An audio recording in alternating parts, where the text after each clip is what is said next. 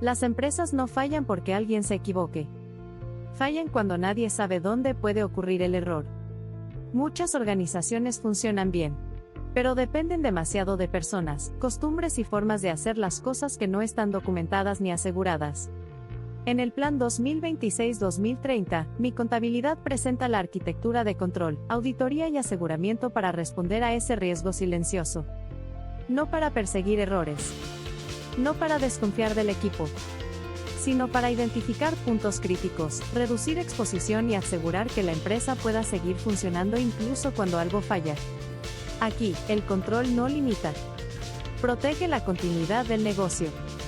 Si quieres entender por qué una empresa fuerte no es la que nunca se equivoca, sino la que está preparada para sostenerse, te dejo el link del blog en la descripción para que amplíes la información.